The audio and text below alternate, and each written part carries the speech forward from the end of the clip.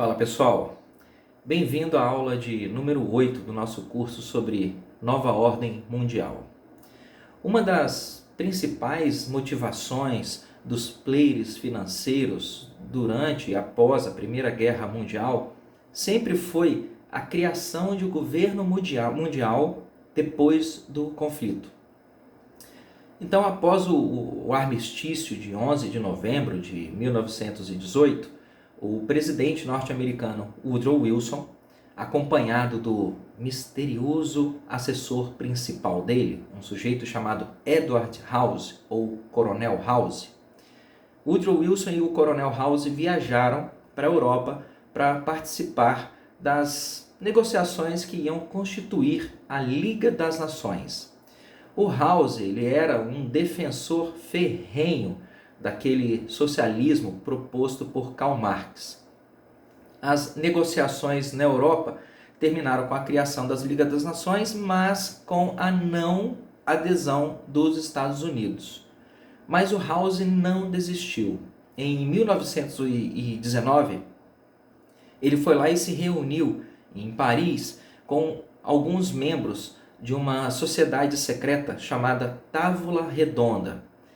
Essa organização, a Távola Redonda, ela nasceu dos incentivos milionários de um magnata britânico chamado Cecil Rhodes. Eu te falei dessa sociedade, da Távola Redonda, na aula 7, quando eu mencionei lá o Lord Alfred Milner, o milionário inglês que foi um dos patrocinadores importantes da Revolução Bolchevique. E o Milner também foi um dos organizadores dessa sociedade secreta, a Távola Redonda. O Cecil Rhodes ele morreu muito cedo, ele morreu com 48 anos de idade de insuficiência cardíaca, em 1902. Mas ele deixou a fortuna dele para o sócio dele, o Nathaniel Mayer Rothschild, o primeiro Lord Rothschild. Então, usando essa grana que o Cecil Rhodes deixou e se inspirando na sociedade Illuminati, os caras fizeram lá a tal da Távola Redonda. A Sociedade Illuminati ela foi fundada por Adam Weishaupt em 1º de maio de 1776. E algumas pessoas absurdamente ricas e influentes se inspiraram nessa sociedade do Weishaupt e fundaram a Távola Redonda com o dinheiro do Rhodes em 1909. No começo, a Távola Redonda ela discutia e influenciava mais sobre assuntos do Império Britânico. Porém, com o fim da Primeira Guerra Mundial, os magnatas da Távola Redonda eles passaram a direcionar os interesses para a criação da Liga das Nações, porque eles viam ali a grande chance de criar finalmente um governo mundial sob seu comando. Foi com os membros dessa organização, da Távola Redonda, que o Coronel House, que era o assistente do Woodrow Wilson, presidente dos Estados Unidos, foi com esses caras que o Coronel House se encontrou nas conferências de Paris.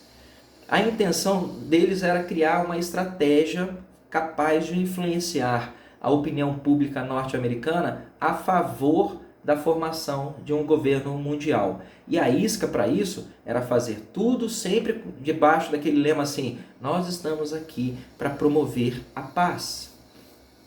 Um dos passos para poder convencer a opinião pública dos Estados Unidos consistiu na criação do Conselho de Relações Exteriores, o Council for Foreign Relations, CFR. Guarda muito bem aí, Conselho das Relações Exteriores, foi criado nos Estados Unidos em 1921. Essa é uma entidade muito poderosa e muito importante. Entre os membros fundadores do Conselho de Relações Exteriores estavam J.P. Morgan, John D. Rockefeller, Paul Warburg, Otto Kahn, Jacob Schiff e o próprio Coronel House. Basicamente eram os mesmos jogadores que haviam bancado a Revolução Bolchevique na Rússia e que haviam financiado a Primeira Guerra Mundial. Esses mesmos caras participaram da fundação do Conselho de Relações Exteriores dos Estados Unidos. Esses caras não criaram o conselho porque eles não tinham nada mais a fazer com seu dinheiro e eles estavam entediados. Não. Eles criaram o conselho como uma ferramenta para instrumentalizar as ambições globais que eles tinham. O conselho se tornou então a mão real e extremamente influente do Deep State em ação. Até hoje, as políticas promovidas pelo Conselho de Relações Exteriores com respeito às relações internacionais dos Estados Unidos, quase sempre esses conselhos mais tarde são seguidos pelo governo oficial dos Estados Unidos. Em 1939, quando ficou claro que Hitler ele não ia parar de ocupar e anexar regiões na Europa, esse Deep State, esse Estado profundo, viu mais uma oportunidade de ouro para avançar nos planos de estabelecer um governo mundial. Hitler ele recebeu financiamento de bancos chefiados pela família Warburg e outras famílias ligadas à Távola Redonda.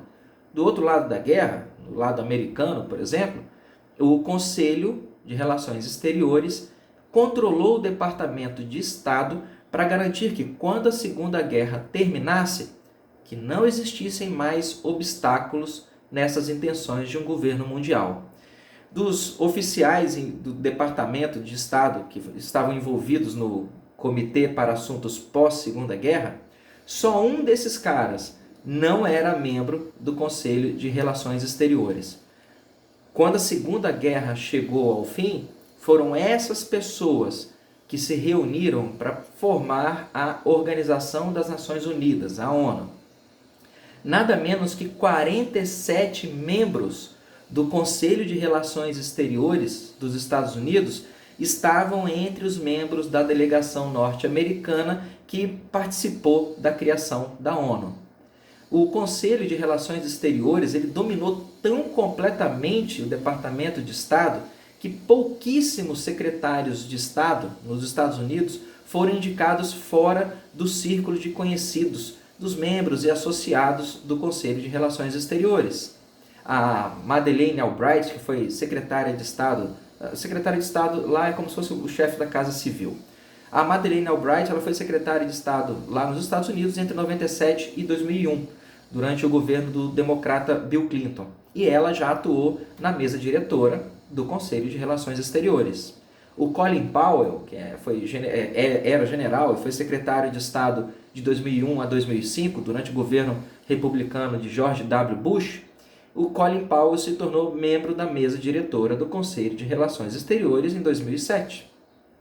Condoleezza Rice, que sucedeu Powell na Secretaria de Estado, ela também durante o governo Bush, ela foi secretária de Estado de 2005 a 2009.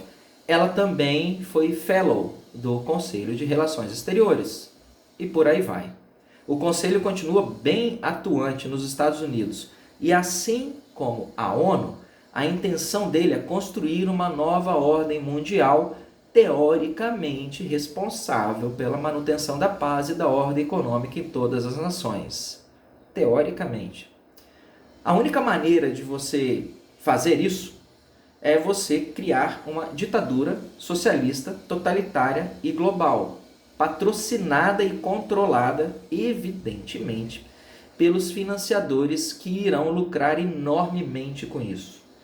Desde que o Mayer Rothschild começou a fazer negócios com Guilherme I, lá na Holanda, o plano para estabelecer essa NON sempre passou pela dinâmica de você ter uma tensão entre dois grupos políticos que aparentemente são opostos, mas que no fundo eles são controlados desde a raiz por pessoas que defendem uma única ideologia, o socialismo global. O Olavo de Carvalho mostrou bem isso com toda a clareza do mundo quando ele se referiu à estratégia das tesouras que vem ocorrendo no ambiente político do Brasil há décadas. Mas isso não é uma exclusividade nossa. Mesmo nos Estados Unidos, o berço da liberdade e da democracia, a estratégia das tesouras entre democratas e republicanos funciona quase da mesma maneira que aqui. É só você dar uma olhada como que o Conselho das Relações Exteriores dominou as indicações dos secretários de Estado nos Estados Unidos, tanto nos governos democratas quanto nos governos republicanos. Para fazer valer esse projeto globalista, esses players, eles nunca hesitaram em promover guerras, epidemias, crises econômicas. Eles nunca se importaram com isso no passado, continuam não se importando com isso agora e certamente não vão se importar com isso no futuro. Esses players, eles utilizam a ONU, o Conselho de Relações Exteriores dos Estados Unidos e organizações como o Clube Bilderberg. Agora, quanto ao Clube Bilderberg, vale um parênteses aqui. O Clube Bilderberg ele foi fundado pelo príncipe holandês Bernardo de Lippe em maio de 1954, depois de uma reunião em um hotel chamado Bilderberg em Oostbeek, na Holanda. Vale lembrar que a realeza da Holanda ela está envolvida com esses caras desde que o Mayer Rothschild começou a gerenciar a fortuna de Guilherme I durante as guerras napoleônicas. Eu te falei sobre isso na aula número 7, sobre Banco Central. O príncipe Bernardo, que faleceu em 2004, ele foi uma figura bem importante em várias companhias de petróleo e outras multinacionais de peso. E ele fundou esse clube e os membros do Clube Bilderberg se reúnem periodicamente todos os anos. Entre esses membros, fundadores e participantes do Clube Bilderberg, a gente tem representantes dos Rothschild, do Banco Mundial, do Fundo Monetário Internacional, dos bancos Warburg e Lehman Brothers e líderes socialistas europeus. Esses caras não fazem a menor questão de esconder que o objetivo final do clube, assim como do Conselho de Relações Exteriores e da ONU, é estabelecer um governo mundial. A contraparte norte-americana do Clube Bilderberg, ela é representada pela família Rockefeller, que sempre foi bastante influente no Conselho de Relações Exteriores. Os Rockefeller vêm negociando com os Rothschild da Europa desde a década de 1880. E apesar de alguns atritos ali na superfície, a situação desses dois clãs está muito mais para uma parceria do que para uma competição. Vamos dar um exemplo. O Chase Manhattan Bank, que é um banco que nasceu da fusão entre o Chase Bank, da família Rockefeller, com o Warburg Manhattan Bank, da família Warburg. Lembra aí, a família Warburg ela é intimamente relacionada, ligada aos Rothschild e ao pessoal do Kuhn e Loeb. Onde quer que a Standard Oil da família Rockefeller vá, o Chase Manhattan Bank, que tem participação do Warburg, vai atrás financiando e lucrando. Isso aconteceu na Rússia, na Revolução Bolchevique, quando o Chase, servindo de intermediário para o Federal Reserve, o Banco Central norte-americano, ele investiu na exploração de petróleo e na construção de refinarias em pleno reinado comunista. O Banco Kuhn e Loeb, que é uma multinacional de investidores com sede nos Estados Unidos e que pertencia, entre outras pessoas, ao sogro de Felix Warburg, do Banco Warburg.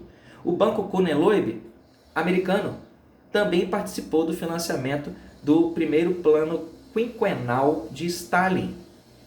Na Guerra do Vietnã, esses players internacionais atuando nos Estados Unidos, eles financiaram e venderam para a União Soviética alguns equipamentos que eram declarados não estratégicos, como peças de armamentos, propelentes químicos, componentes eletrônicos, etc. A União Soviética, financiada por esses caras, comprou esses equipamentos e revendeu o material para os Vietcongs, que lutavam contra os Estados Unidos.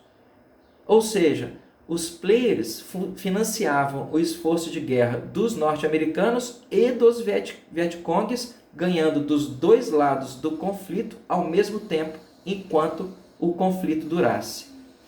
De uma maneira bem semelhante no Brasil, os governos socialistas do PT, eles financiaram a construção de obras de infraestrutura em vários países socialistas. Essas obras superfaturadas, elas serviam para pagar propinas para os líderes desses países, para botar din-din no bolso, mas essas obras também serviam para alimentar os caixas de campanha e aumentar o tamanho do socialismo e manter esses estados socialistas vigentes por lá. Utilizando esse dinheiro, os socialistas brasileiros também não só aumentaram as suas riquezas pessoais, eles também utilizaram esse dinheiro para se reeleger por aqui e fazendo rodar um ciclo de poder e autofinanciamento quase perpétuo. Nesse intervalo todo, esses players internacionais financiando um lado e outro dos conflitos, com a concordância das nossas instituições democráticas, esses players ganhavam privilégios do nível de monopólios para explorar os nossos recursos naturais aqui no Brasil e fazer fortunas especulando em cima do nosso câmbio e do nosso mercado. Esse deep state todo, esse estado profundo, que vive como se fosse um parasita nas entranhas do intestino do Estado, ele utiliza os recursos do Estado para se manter vivo à medida que ele vai avançando e dominando cada um dos países desse planeta, até que todos os países estejam bem disciplinados dentro de boas ditaduras socialistas dispostas a se colocar de joelhos na frente de um governo global controlado pelo clube das pessoas absurdamente ricas e influentes.